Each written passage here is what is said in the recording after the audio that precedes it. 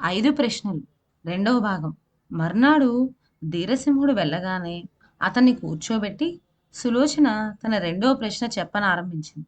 ఇక్కడికి పడమటి దిక్కున 10 యోజనాల దూరంలో ఒక నది ప్రవహిస్తూ ఉన్నది. అది ఎల్లప్పుడూ రక్తం వలె ఎర్రగా ఉంటుంది. అది ఎక్కడ పుట్టిందో, ఎర్రగా ఎందుకు ఉన్నదో ఆ వివరాలన్నీ కావాలి అని అనే వరకు ధీరసింహుడు మళ్ళీ గడువు తీసుకొని ఉత్సాహంతో బయలుదేరాడు. అతను చాలా దూరం నడిచి వెళ్ళగా ఆ రక్తపు నది కనిపించింది. ఆ నదిని చూచి అతనికి ఆశ్చర్యం వేసింది. నది గట్టునే ఎంతో దూరం నడవగా నడవగా ఒక భయంకరమైన అరణ్యం తగిలింది. అనేక భయోతత్వాలు గడిచి ధీరసింహుడు ఎలా అయితేనేం అరణ్యం చివరకు చేరుకున్నాడు. అక్కడ ఒక పర్వతం పైనుంచి రక్తపు నది ప్రవహించడం గమనించి మెల్లగా ఆ కొండ ఎక్కాడు. కొండ శిఖరం చేరుకునే వరకు ఒక చిత్రమైన దృశ్యం కంటపడింది. ఒక పెద్ద కొలను, ఆ కొలను మధ్యన ఒక చెట్టు, ఆ చెట్టు కొమ్మలకు ఒక 100 స్త్రీ శిరస్సులు వేలాడుతున్నాయి. అతను అమిత ఆశ్చర్యంతో అక్కడనే కూర్చొని అటు చూస్తూ ఉండగా ఆ శిరస్సులు ధీరసింహుని చూచి పకపకా నవ్వసాగాయి. ఇంతలో చీకటి పడింది. కానీ వెంటనే మాయా వెలుతురు ఆ ప్రదేశం అంతటా నిండి పట్టపగల వలనే ఉన్నది. చెట్టు కొమ్మల నుంచి వేలాడుతూ ఉన్న శిరస్సులన్నీ ఒక్కొక్కటిగా కొలంలోకి జారినాయి. చిటిక సేపట్లో ఆ శిరస్సులు ఎన్నున్నాయో సరిగ్గా అంతమంది స్త్రీలు కొలను గట్టు మీదకొచ్చారు.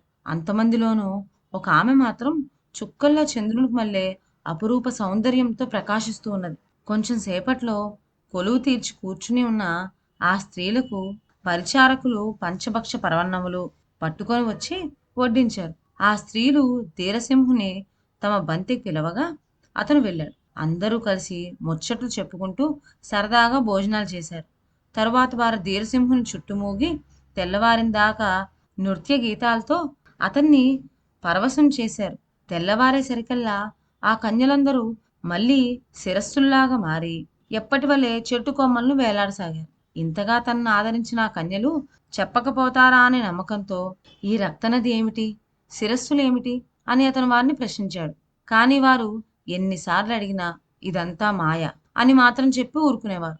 చీకటి పడగానే ఆ శిరస్సులు కన్యల్లాగా మారటం, ధీరసింహునికి విందు చేసి అతన్ని నృత్య గీతాలతో తన్మయునిగా చేయటం, తెల్లవారేసరికి కన్యలు మళ్ళీ శిరస్సులాగా మారిపోయి చెట్టు కొమ్మలు వేళ్లాడటం ఇలానే ప్రతిరోజు జరుగుతూ ఉన్నది. కానీ ధీరసింహుడు ఎంత ప్రాధేయపడినా వాళ్ళు రహస్యం మాత్రం వెల్లడి చేయలేదు. దీక్షాపరుడైన ధీరసింహుడు ఈ రహస్యం ఎలా తెలుసుకోగలమా అని తీవ్రంగా ఆలోచించుకుంటూ రాత్రి పగలు అనేక కొండలు దాటి పోతూ ఉండగా ఒక కొండ గుహలో తపస్సులో ఉన్న ఋషీశ్వరుడు కనిపించారు.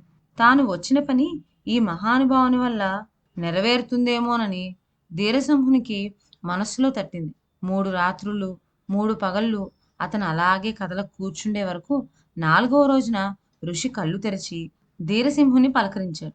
ధీరసింహుడు తన వృత్తాంతమంతా చెప్పేసరికి ఋషి అతనితో, ఓయ్ ధీరసింహ, నీకు కనపడిన స్త్రీలలో అందరికంటే అందమైన కన్య కమలాకరుడైన ఒక ఇంద్రజాలికుని కూతురు. యుక్తి వయసులో ఆమె తనకు పెళ్లి కావాలని కోరింది. కానీ తండ్రికి ఇష్టం లేక ఆమె పైన కోపించి ఈ మాయనంతటినీ సృష్టించి చెలికత్తెలతో సహా కూతుర్ని బంధించి వేశాడు. ఈ మాయను ఎవరైనా భేదించి కమలాకరుణ్ణి చంపగలిగితే వాళ్ళకు ముక్తి ఉన్నది, లేకపోతే వారి గతి అంతే అని చెప్పాడు. ఇది విని ధీరసింహుడు, మునీశ్వర, తమ దయ ఉంటే నేను ఇంద్రజాలికుని చంపివేసి ఆ స్త్రీలకు ముక్తి మార్గం చూపిస్తాను అనే వరకు ఋషి, అబ్బాయి, ఇందుకు నీవు తగినవాడవని నాకు ముందే తెలుసు. నేను చెప్పబోయే మంత్రాన్ని జపించినంత కాలం నీ మీద ఏ మాయలు పనిచేయవు. నీకు విజయం అవుతుంది. వెళ్ళు అంటూ ఒక రహస్య మంత్రం ఉపదేశించాడు. మునీశ్వరునికి భక్తితో నమస్కరించి ధీరసింహుడు రక్తనది ప్రవహించే పర్వతం వైపు వెళ్ళసాగాడు. కమలాకరుడు సృష్టించిన ఆ పర్వతము మాయా పర్వతమే. దాని మీద చెట్లు మూన్నాటు 60 రోజులు పచ్చగానే ఉంటాయి. పూల చెట్లు ఏటి ఏడాది పూస్తూనే ఉంటాయి. ధీరసింహుడు కొండ మీదకు పోయేసరికల్లా మాయా పులులు, మాయా సింహాలు గోండ్రు పెడుతూ వచ్చి అతను పైబడి మెంగబోయినాయి. ఆ మాయా పర్వతం మీద నించున్న ధీరసింహుని కాళ్ళు సూదంటు రాయికి వల్లే అంటుకుపోయి నేల నుంచి ఊడి రాలేదు. అప్పుడు ధీరసింహుడు గురువుని తలుచుకొని ఒకసారి మంత్రం జపించే వరకు ఎక్కడి జంతువులు అక్కడనే అదృశ్యమైపోయినాయి. అతని కాళ్ళు నేల మీద నుంచి ఊడి వచ్చి మామూలుగా నడవగలిగాడు. కమలాకరుడు తన మాయాకోటలో కూర్చొని పుస్తకం తెరిచి చూసేటప్పటికి తను సృష్టించిన మాయను బెదిరించడానికి ధీరసింహుడు వస్తున్నాడని తెలిసింది. వెంటనే అతను సరిగ్గా తన కుమార్తెను పోలిన ఒక మాయా స్త్రీని సృష్టించి చెలికత్తెలతో సహా ధీరసింహుని వద్దకు పంపాడు. అక్కడ వాళ్ళు అనేక విధాలా నాట్యం చేసే వరకు అతను, ఇదేమిటి, ఇప్పుడు చెట్టు మీద కనిపించిన ఈ కన్యలందరూ అప్పుడే ఇక్కడికి ఎలా వచ్చారు అని ఆశ్చర్యపోయాడు. ఆ మాయాకన్యలు వారి నాట్యంతో ధీరసింహుని ఆకర్షించి అతను సంతోషంగా ఉన్న సమయం చూచి అతని చేత రకరకాల పానీయాలు తాగించి అతను మత్తులో ఉండగా బంధించి కమలాకరుని వద్దకు తీసుకుపోయారు. పూర్వకాలంలో హిరణ్యకశిపుడు ప్రహ్లాదుని బాధలు పెట్టినట్టుగా ధీరసింహునికి కమలాకరుడు అనేక కష్టాలు కలగజేశాడు. జ్వాలలు ఎగసి వచ్చే మంటల్లో పడవేయించాడు. ఎత్తైన పర్వతం మీద నుంచి కిందకు దొర్లించాడు. ధీరసింహుడు గురువును తలుచుకొని మంత్రం జపించటం వల్ల మంటల్లో పడివేసిన ఒళ్ళు కాలేదు. కొండ మీద నుంచి దొర్లించిన కొంచెం కూడా దెబ్బలు తగలలేదు. చేసేది లేక కమలాకరుడు అతన్ను బందీఖానాలో పెట్టి ఉంచాడు. బుద్ధిశాలి అయిన ధీరసింహుడు సుధాకరుడనే కాపలావాన్ని వశపరుచుకొని, ఓయ్ అబ్బాయి, నన్ను చెర విడిపించినావంటే కమలాకరుణ్ణి సంహరించి నిన్ను అతని రాజ్యానికి పట్టం కడతాను అనే వరకు ధీరసింహుని ప్రజ్ఞ ఇదివరకే తెలుసుకొని ఉన్న సుధాకరుడు అతన్ని ఖైదీ నుంచి తప్పించి వేశాడు. తెల్లవారేసరికి ధీరసింహుడు జైల్లో నుంచి తప్పిపోయిన వార్త ఊరంతా వ్యాపించింది. కమలాకరుని చెవిన పడింది. వెంటనే ఆయన పుస్తకం తెరిచూచి ముందు జరగబోయేదంతా తెలుసుకొని ధీరసింహుని పట్టి తీసుకురమ్మని ఆజ్ఞాపించాడు. ఈ సంగతి తెలిసి సుధాకరుడు తక్షణమే పోయి ధీరసింహుని శరణుజొచ్చాడు. ధీరసింహుడు అతనితో, నీకు వచ్చిన భయమేమీ లేదు అని ధైర్యం చెప్పి కమలాకరుని నివాసమును గురించిన రహస్యాలు అడిగే వరకు అతను ఇలా చెప్పాడు. కమలాకరుడు నాస్తికుడు, క్రూరుడు, అసాధ్యుడు. అతను ఉండటానికి ఈ మాయాకోట మాత్రమే గాక ఈశ్వరుని జయించటానికి 30,000 అడుగుల ఎత్తైన ఒక మాయా ఆకారం నిర్మించి అందులో సూర్య చంద్రుల్ని నవగ్రహాలను సృష్టించాడు.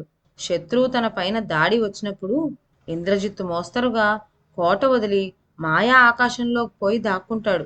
కనుక అతను జయించడం ఎవ్వరికీ సాధ్యం కావటం లేదు అని చెప్పాడు. ఇది విని ధీరసింహుడు, సుధాకర, దైవాన్ని నమ్మిన వాళ్లకు అసాధ్యమైనది లేదు.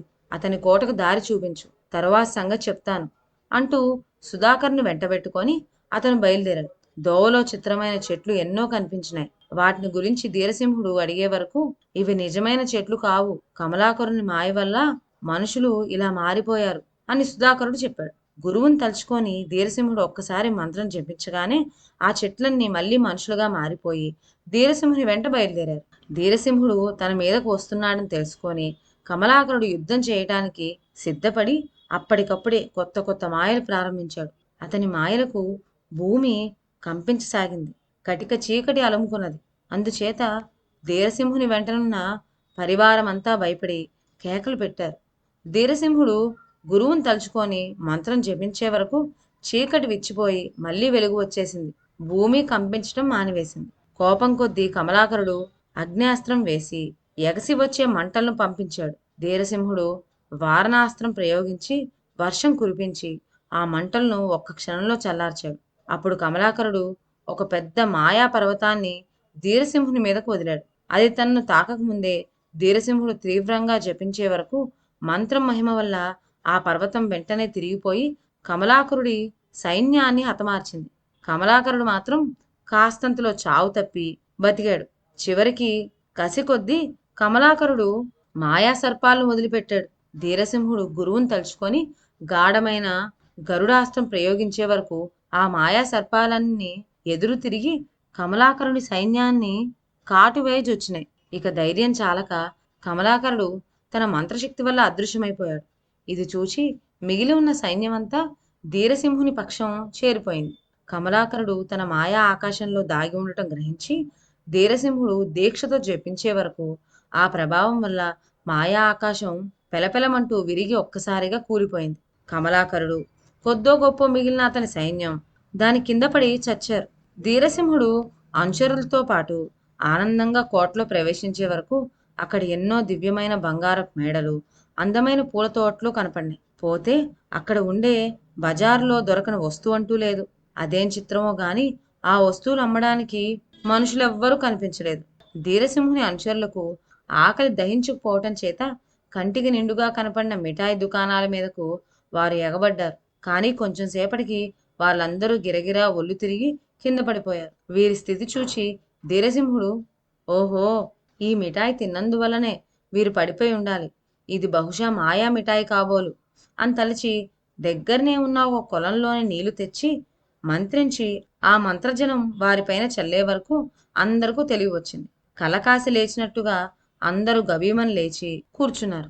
ధీరసింహుడు మంత్రజలం చల్లిన తర్వాత ఆ ప్రదేశమంతా పవిత్రమై కమలాకరుని మాయలు మచ్చుకైనా లేకుండా పోయినాయి. ధీరసింహుడు వాగ్దానం ప్రకారం సుధాకరునికి పట్టం కట్టాడు. తరువాత పర్వతం సమీపాన కొలను వద్దకు వెళ్లి ఆ కన్యల శిరస్సులు వేలాడుతున్న చెట్టు చేరుకున్నాడు. అక్కడ కూర్చొని కొంతసేపు మంత్రం జపించే వరకు సరోవరం లేదు, వృక్షము లేదు. కన్యలు మాత్రం ధీరసింహుని ముందు నిల్చుని ఉన్నారు. అతను కమలాకరుని కూతురుతో, అమ్మాయి, నీ తండ్రి చాలా దుర్మార్గుడు. నిన్నే కాకుండా నిరపరాధులైన ఎంతో మందిని అకారణంగా హింసించాడు. కనుక అతన్ని చంపవలసి వచ్చింది. నీ కష్టాలు గట్టెక్కినాయి. నీ ఇష్టం వచ్చిన వారిని వివాహం చేసుకొని సుఖంగా ఉండు అని చెప్పి వారందరినీ కోటకు చేర్చాడు. ఇంద్రజాలికుని కూతురు సుధాకరుణ్ణే వరించి పెళ్లాడి సుఖంగా ఉన్నది. అప్పటి నుంచి ఆ నదిలోని నీరు నీటికి మళ్ళే స్వచ్ఛంగా ఉంటూ ఉంది. ధీరసింహుడు తనకు మంత్రం ఉపదేశించిన గురువు వద్ద సెలవు తీసుకొని సులోచన ఉండే నగరానికి బయలుదేరాడు. అతను వచ్చినట్లు తెలియగానే సులోచన 2 కుర్చీలు వేయించి ధీరసింహుని ఎంతో గౌరవించింది. అతను సావాకాశంగా తను చూచి వచ్చిన వృత్తాంతం అంతా చెప్పగా ఆమె సంతోషించి, అవును, ఇప్పుడు ఆ నదిలో నీరు ఎర్రగా కాకుండా నిర్మలంగా ఉన్నట్లు తెలిసింది కూడాను. నీవు చెప్పినవన్నీ యథార్థములే అని ఒప్పుకొని రేపటి రోజున 3వ ప్రశ్న చెప్తాను అని చెప్పి ధీరసింహుణ్ణి సాగనంపింది. ఇదండి ఇవాల్టి కథ. 3వ ప్రశ్న ఏమడిగిందో వచ్చే వీడియోలో విందాం. అంతవరకు సెలవు. నా ఛానల్లోని కథలు మీకు నచ్చినట్లయితే నా ఛానల్ను లైక్ చేసి సబ్స్క్రైబ్ చేయండి. షేర్ చేయడం మర్చిపోవద్దు. కొత్త కథల నోటిఫికేషన్ కోసం బెల్ ఐకాన్ ప్రెస్ చేయండి. Thank you.